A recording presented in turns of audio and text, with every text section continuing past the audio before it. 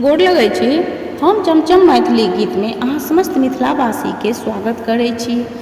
जन्माष्टमी के अहाँ सबके बहुत बहुत हार्दिक शुभकामना अछि। तऽ आइ एगो हम कृष्ण जन्म के सोहर कहै छी। अहाँ सब ई गीत हमर जरूर सुनब देखब और यदि नीक लागे तऽ हमर चैनल के सब्सक्राइब वीडियो के लाइक जरूर कऽ देबै। जय कृष्ण भगवान। आजू मोरा देवा की अपन घर गेली रे ललना रे करू बासु देवा